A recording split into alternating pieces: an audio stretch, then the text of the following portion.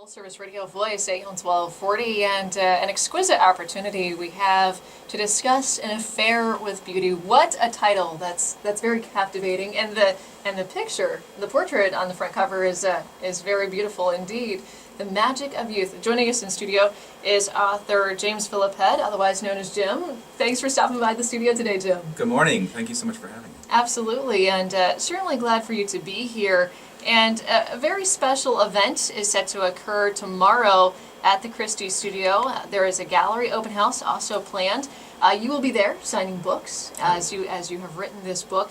And as I understand, it is the first of a three-part series, biographical information about Howard Chandler Christy. And as you and I have discussed, this is the first time anybody has ever written a biography about Howard Chandler Christy? That's correct. That's something that intrigued me very much because as I was doing research I realized that there are thousands of newspaper articles about Christy and his wife Nancy, but there wasn't one biography. And for an artist to be of such note and to not have biographical information recorded or anybody to actually put together a book or a collection of stories and follow the timeline of his life, did that somewhat startle you? It did. It took me 10 years to research the book and involved many different interviews, but it was a giant jigsaw puzzle in my mind, a true American story where the pieces were scattered throughout the United States. And Howard Chandler Christy, of course, people within this listening audience are well familiarized with the name. What drew you to this particular artist, and why did you want to embark on this adventure? It took you a decade to put all this together. Well, it actually started more than 25 years ago when I was in college. In 1980, I was a freshman at the University of Maryland studying economics, and I was studying up in the stacks of the campus library, and I came across a folio of drawings by Charles Dana Gibson called The Social Ladder. And I pulled down the folio, went through the pen and ink illustrations, and was just simply amazed at his talent. And I thought to myself, why has this been hidden? For years I've heard about all these other artists, such as Van Gogh and Picasso, but here is Charles Dana Gibson, and his talent was rare. 3 years later I came across a book entitled America's Greatest Illustrators by Susan Meyer. And of course Charles Dana Gibson was mentioned in the book along with 10 other illustrators, including the great Norman Rockwell. But the story that interested me the most was actually none of them. It was the story of a once blind illustrator turned portrait painter who was known as the Barefoot Boy of the Blue Muskingum, Howard Chandler Christy. And so you became fascinated with this story, really by accident from the sounds of things. It was pure happenstance, but I just thought it was such an incredible story, and then as I started doing a little bit of research, I realized that the story had not been told, but it would take me another 15 years before I would venture upon actually writing the book, and that began in 2006, 10 years ago this month. So what started, or what prompted you to be able to go from fascination, because, you know, sometimes there's something that captures our fancy, that captures our attention, and it's just a hobby. What took you from being interested or intrigued to wanting to write a book about Howard Chandler Christy? What started out as a mere preoccupation became somewhat of an obsession, and really it began in earnest in 2000 when I discovered that Howard Chandler Christy's archives had made their way from a root cellar in Wayne Township, Pennsylvania, to Lafayette College in Easton, Pennsylvania, and were there in the library. And as soon as I discovered that, I went through the inventory online. The internet was a huge help, by the way, and discovered what was there.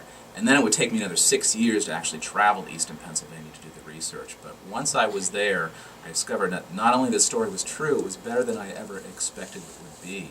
And of course, all the famous people that Christy knew are mentioned in the archive at Lafayette College. I mean, you would see not just one signature by Harry Houdini, who was a good friend of Christy's, but 5 signatures, 2 by Babe Ruth, 2 by Amelia Earhart, Douglas MacArthur, William Howard Taft.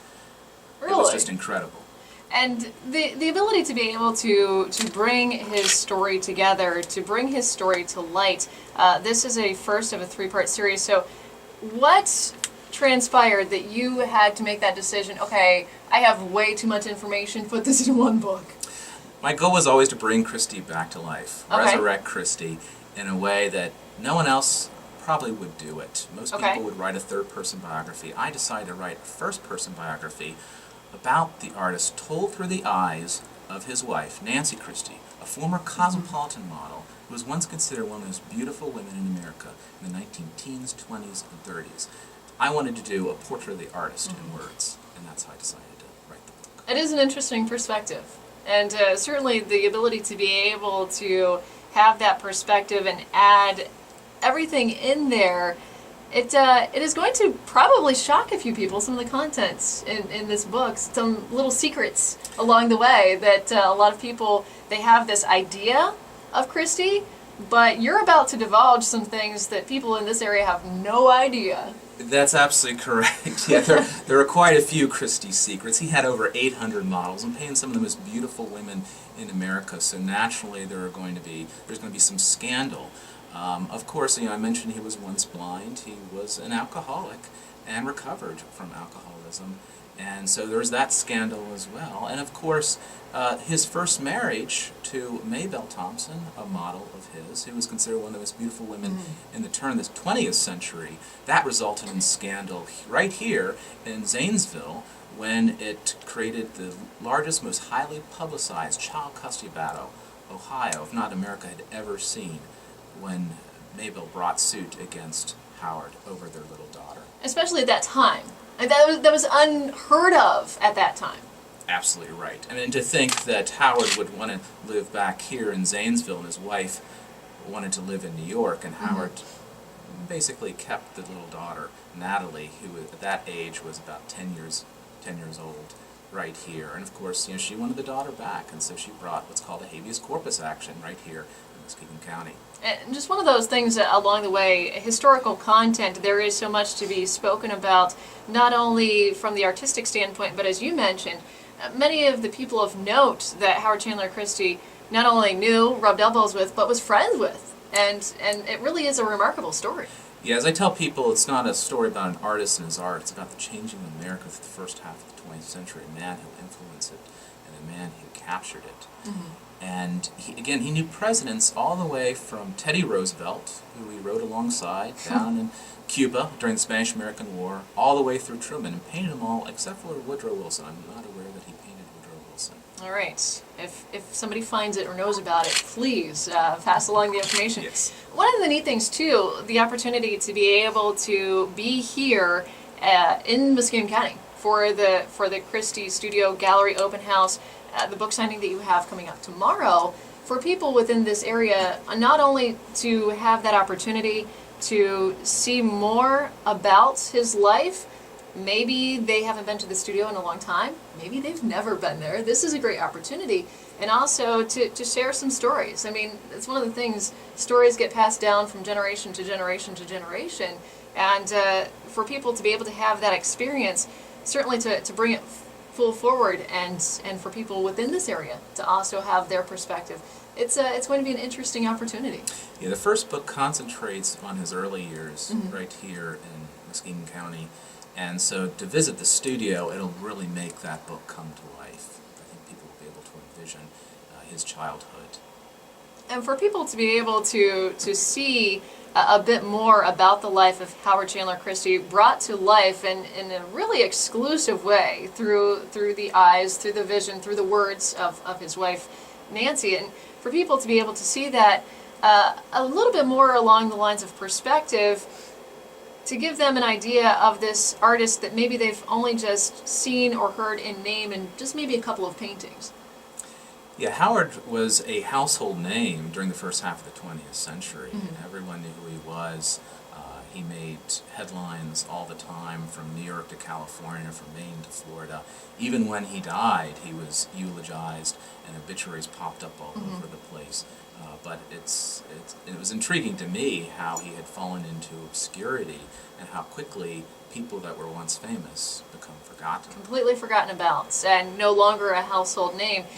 To be able to bring forward his life, especially in a perspective like this, the 3-part series, so all 3 parts will be from the perspective of his wife, Nancy? That's correct, yes. All right.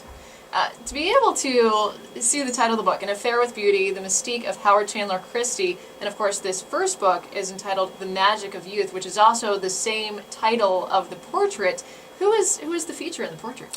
That's Christy's favorite model, Elise Ford, who was 30 years younger than he was, and she was once considered one of the most beautiful women in America in the 1930s.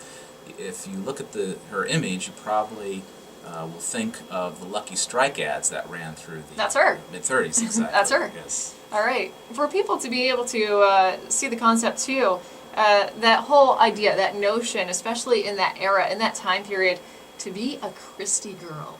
It was one of those things that a lot of young ladies, obviously, here is this man from this area of Ohio, and then rises to the point where all of these young ladies want to be a Christy girl.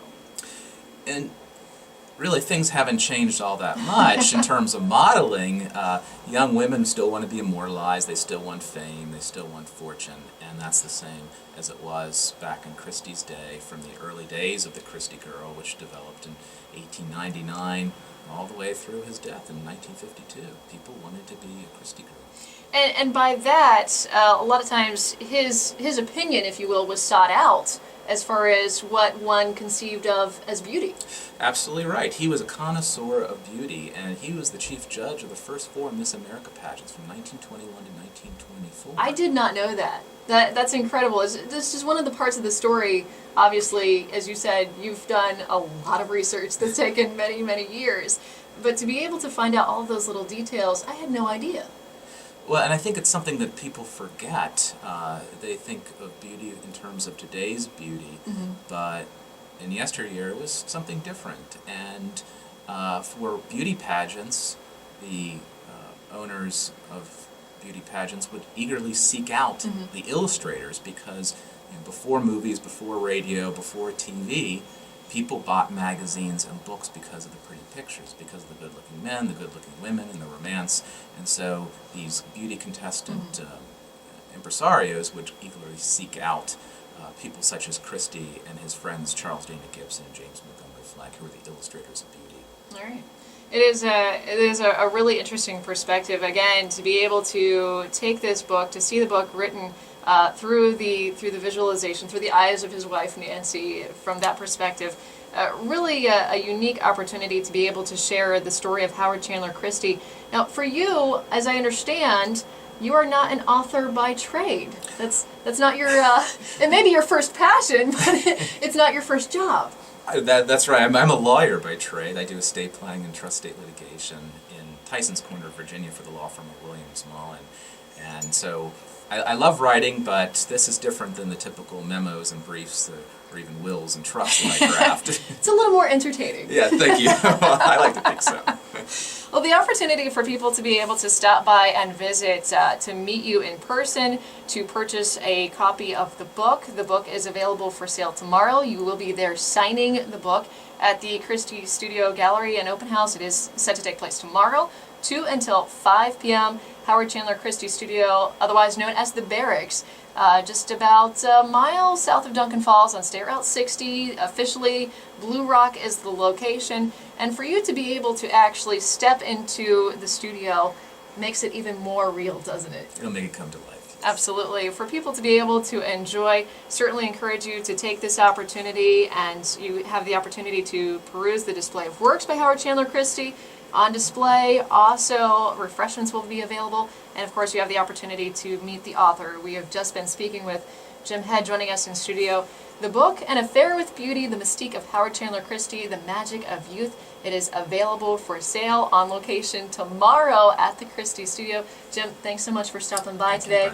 Do appreciate this opportunity for you to visit us here at WHIZ, and thank you for putting this collection together. I am fascinated, intrigued, and I can't wait to read it. All right, thanks so much for stopping by today.